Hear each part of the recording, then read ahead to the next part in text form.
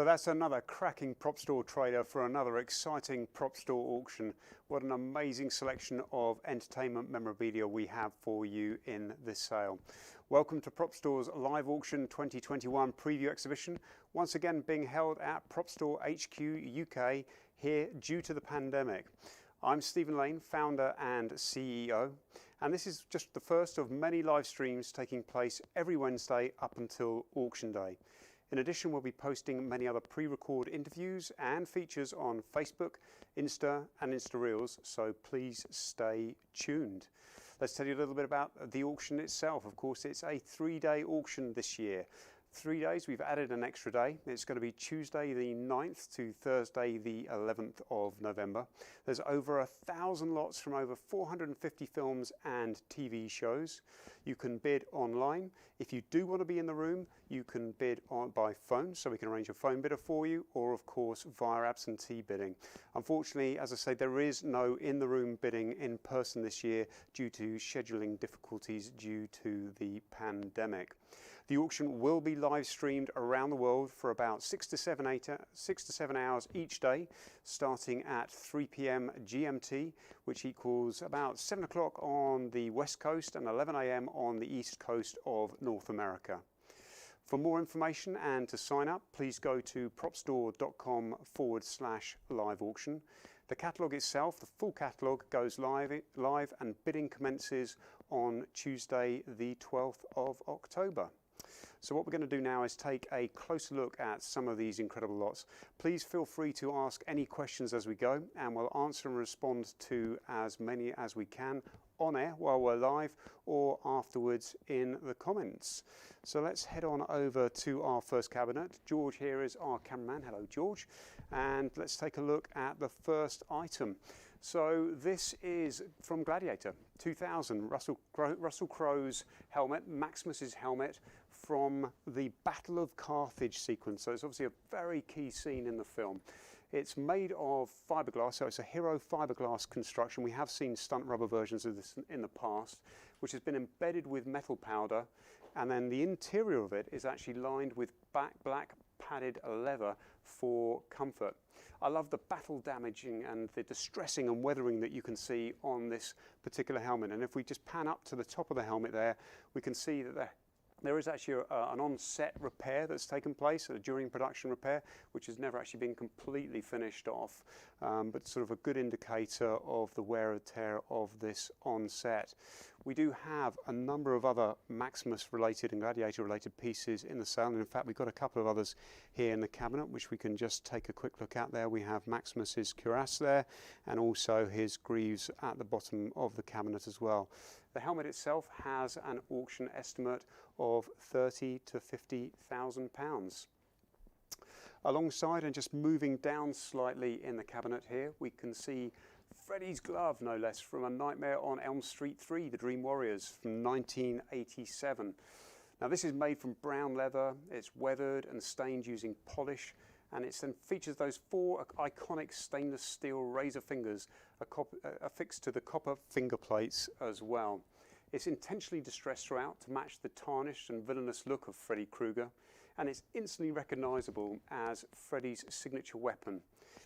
Again, if we can pan back a little bit just in the case there, we can see that we also have a number of other Freddy items. We have his signature jumper there, and also his hat as well, which come from different films. So please check back for the full auction catalogue when it goes live on October the 12th for these other items.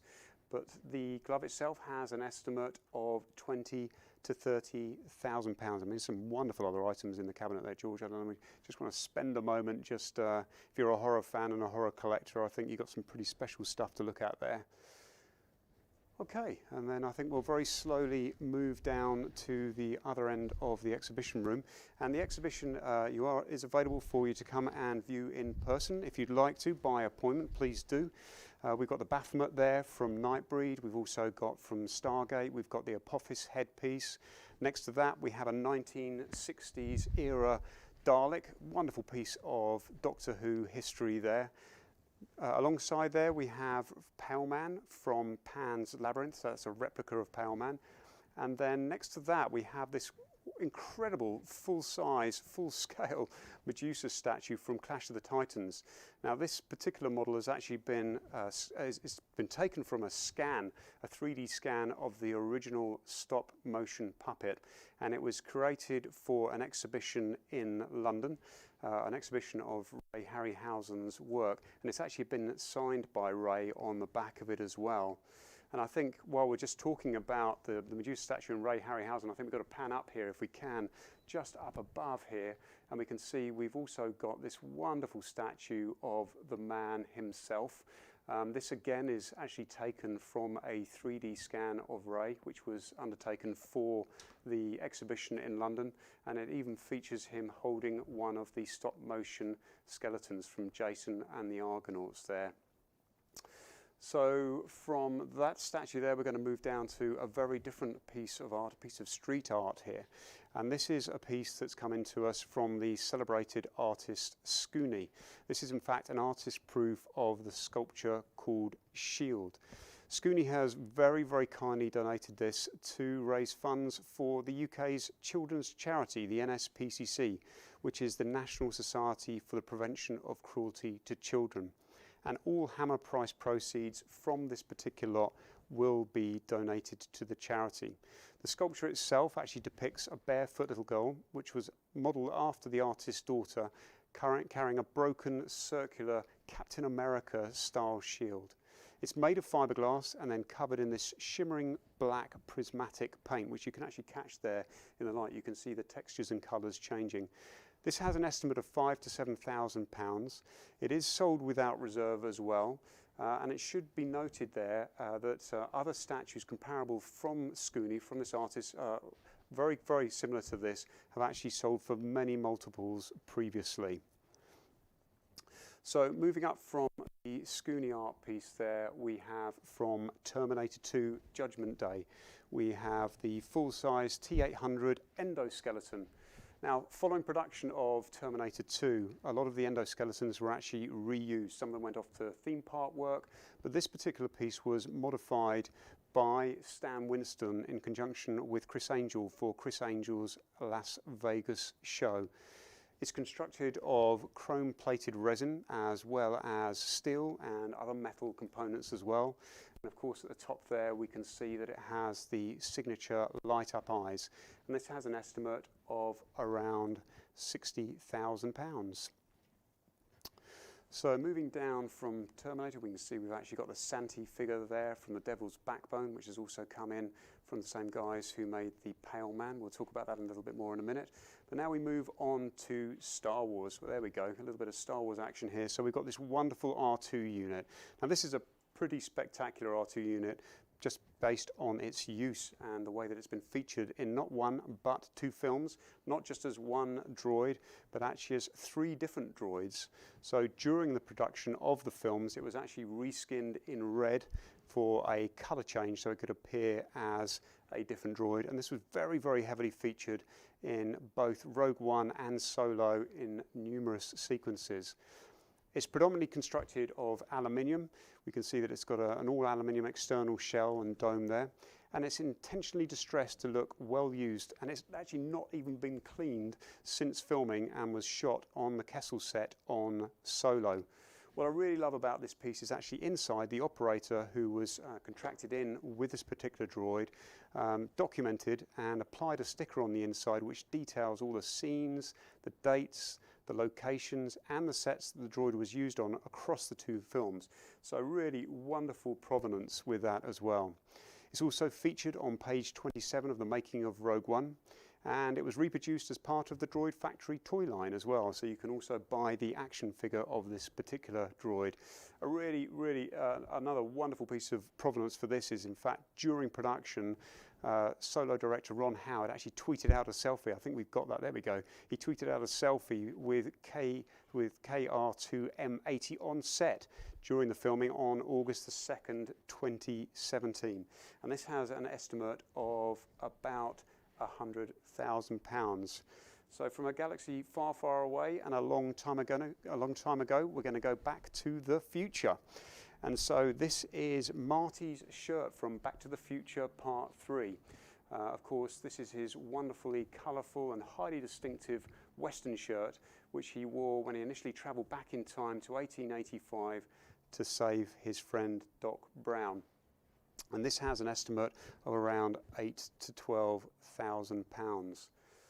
Alongside from that, I think we're just going to step back a little bit and we're going to have a look at the front cover piece for this year's auction catalogue.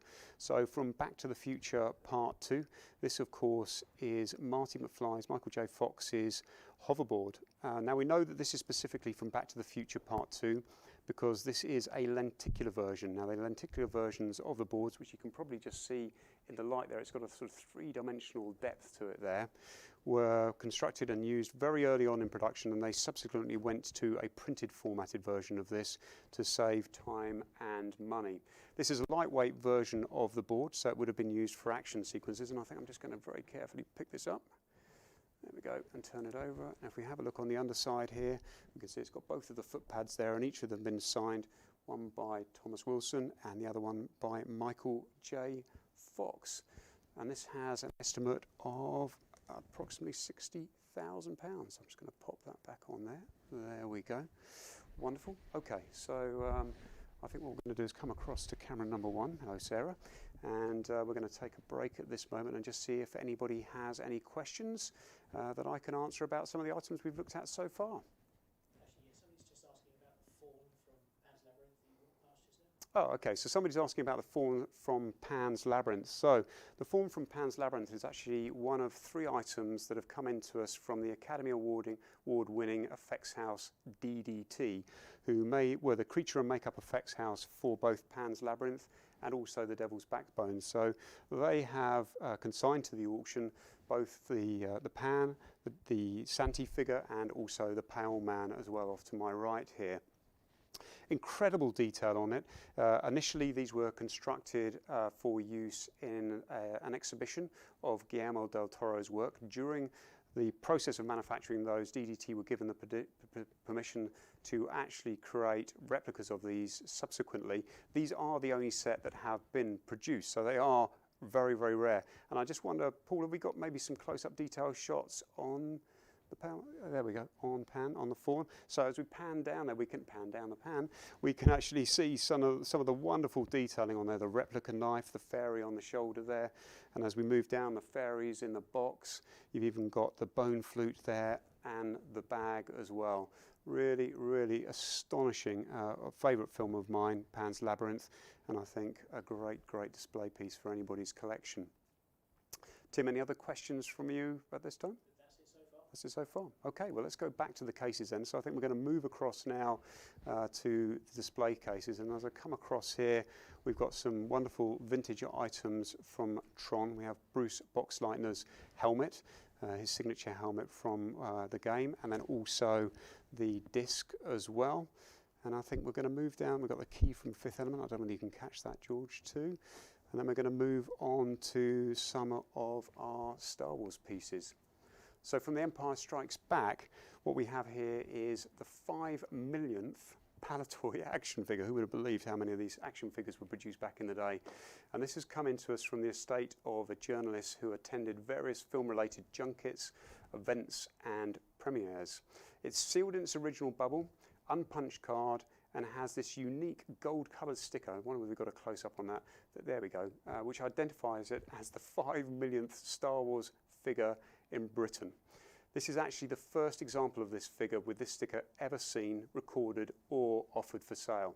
And it is one of a number of other rare Star Wars toys that we have in the auction, including triple packs and prototypes. So again, please check out the full catalogue when it becomes available on October the 12th. And this has an estimate of around £2,000. So alongside from the C-3PO action figure that we have there, we have from Return of the Jedi. This is a beauty. This is a light-up ILM X-Wing filming model miniature. As we know, model miniatures from the Star Wars films are incredibly rare. We've been lucky enough just to handle a few of those over the last 20 or so years here. And this particular X-Wing model miniature was built by heavily modifying an off-the-shelf kit. Now this was common practice during that period, in fact it's still used today, and the idea behind that is that it saves both time and money for the production. This has a weighted body, it's got a full internal steel motion control armature, and then it has multiple motion control mounting points on it as well. And what's extra special about this is that it has light up engine thrusters. And this is in fact the only X-Wing with light up engines that we've ever seen come to market. In addition, this is one of over 100 Star Wars lots in the auction. Please follow our social media channels over the coming weeks for a more in-depth video on some of these great lots, and I do a more in-depth study of the X-Wing as well. And this has an estimate of £200 to £300. I think if we just pan back, yeah, let's have a look at some of the others. We've got Darth Maul saber there, and then moving up to the top of the case, we have Anakin Skywalker's Hero lightweight belt saber from Revenge of the Sith. So it has that full hero look to it. Actually, when you pick that up, it's super light, so very practical for use when attached to and mounted to his belt. Very rare Empire Strikes Back poster in the background there. Just into the front, from Raiders of the Lost Ark, we have one of the temple wall panels from the opening sequence of Raiders, where we saw the darts firing out at Indy. And alongside that, from Return of the Jedi, we have a wonderful Stormtrooper helmet, which is actually one of the most complete Stormtrooper helmets in original condition that we've come across, that has an estimate of £100,000 to £150,000. Okay, and then I think we're going to move back down to the bottom of the case there, and here we have one of a number of costume designs. We've got maybe a dozen costume designs from different films in the auction, so again please check these out. And this one of course is from Wonder Woman, and this is a hand-painted costume design for Wonder Woman's party dress, of course played by Gal Gadot. This was designed by Academy Award winning costume designer Lindy Hemming, and it's rendered in watercolour and coloured pencils. As we have a look at the design there in a little bit more depth, you can see that it has a front and rear view of the costume, showing Wonder Woman's sword tucked into the back of her dress as well. All Hammer proceeds from this particular lot will go to support BAFTA, which is the British Academy of Film and Television Art, and it's in fact a number of lots that we have in the auction that will be supporting BAFTA, so please bid hard on those particular ones. And this has an estimate of £3,000 to £5,000. Next to the costume design there, we have from Castaway. I don't think there are many people who won't recognise that. Can we just, yeah, let's just move the camera around on that a little bit. Perfect. Let's get that in frame. Thanks very much. So this, of course, is Chuck Nolan's Tom Hanks hero screen-matched Wilson. Now this has been made from the Wilson volleyball discovered by Hanks in the FedEx packages on the beach. It's been heavily distressed to create that worn and very dirtied appearance, and has that signature Tom Hanks's bloodied handprint right in the middle there as well, which of course creates Wilson's face, and there's his nose with the valve as well.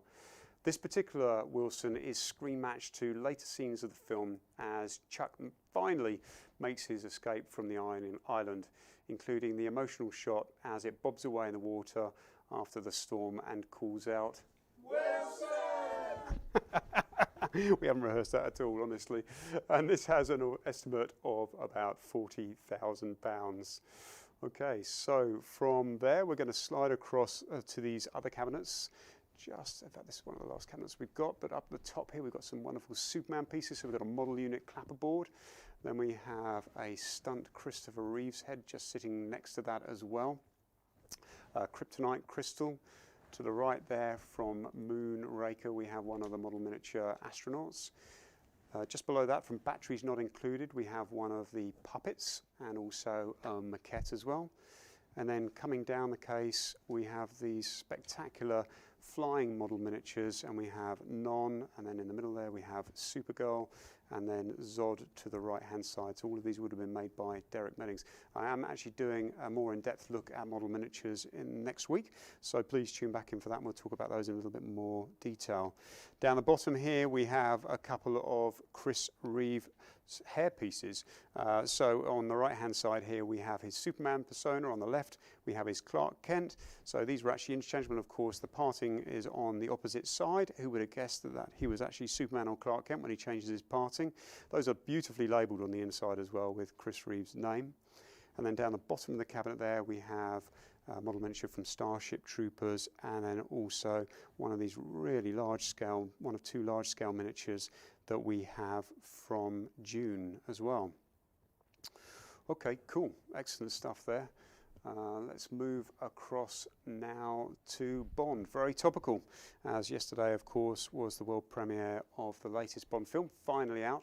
But this particular costume is Sean Connery's from You Only Live Twice. This is his screen match suit, and Bond wears this suit in multiple scenes in the film. In fact, it's on screen for over 20 minutes, from his arrival in Tokyo up until his meeting with Tiger Tanaka. This suit was custom made by tailor Anthony Sinclair, who created the clothing for all of Sean Connery's appearances as 007. And I think we can have a look at the labels inside as well. So we have an Anthony Sinclair label in the jacket, and then we also have another one in the trousers too. And as you can see, it's labelled May 1966. Sorry, that one says July 1966, of course, Sean Connery, Esquire. The tie, shirt and shoes are replica to complete the display, and this has an estimate of about £50,000. Wonderful piece of James Bond Sean Connery costume there. So alongside from James Bond, from Harry Potter and the Deathly Hallows, we have a Hogwarts student Gryffindor house robe. Now, this particular robe came out as part of a Starlight Children's Foundation visit to the set. This lot, together with 4 other Harry Potter lots in our sale, were gifted to a young George Major who was diagnosed with leukemia at the age of 4 and underwent treatment for just over 3 years. Happy to say he's made a full recovery now, but during his time while he was ill, he raised over £50,000 for charity and received a Pride of Britain Award for his achievements. He was granted a wish by the Starlight Children's Foundation to visit the Harry Potter set and meet Daniel Radcliffe, and this is where he was gifted this along with the other items. It features the embroidered Gryffindor crest adorning the left breast, making it an instantly recognisable piece of costume from the film. And I'm very happy to say that a percentage of the proceeds from this sale will be donated to the Starlight Children's Foundation, and this has an estimate of £10,000 to £15,000. So I think I'll just move across the stage here. Excellent, there we go. So what we've got coming across the stage is from The Fifth Element. We have Lilu's signature costume standing next to Corbin Dallas's signature costume then.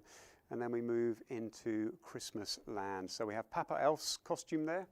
And now we have one of my favourites in the auction, which is Buddy's signature costume, his hero costume from the 2003 film. So this is his complete costume from the top of his hat to his curly tipped shoes, and it has costume tags inside it as well, which donated as Mr. Ferrell's Hero Number 1 and Buddy Hero Number 1 as well. So we know that this is going to be one of the main costumes that he worn throughout production. Of course, this film has become synonymous with Christmas for so many fans of this movie around the world. As I say, one of my favourites. This has an estimate of £20,000 to £30,000. And I think we'll just pan back a little bit and actually see another piece there from Elf. So this is the Naughty and Nice book. This is just one of another handful of props and costumes that we have from Elf in the film. And I think we can actually see Walter Hobbs' name there on the Naughty list as well.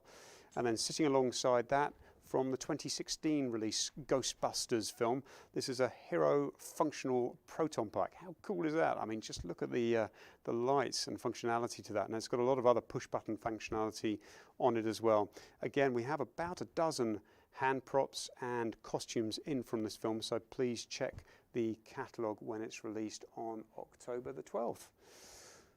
Okay, moving across to one of our last cabinets that we have here at the Prop Store exhibition. As I said, please do come and visit if you get an opportunity to do so.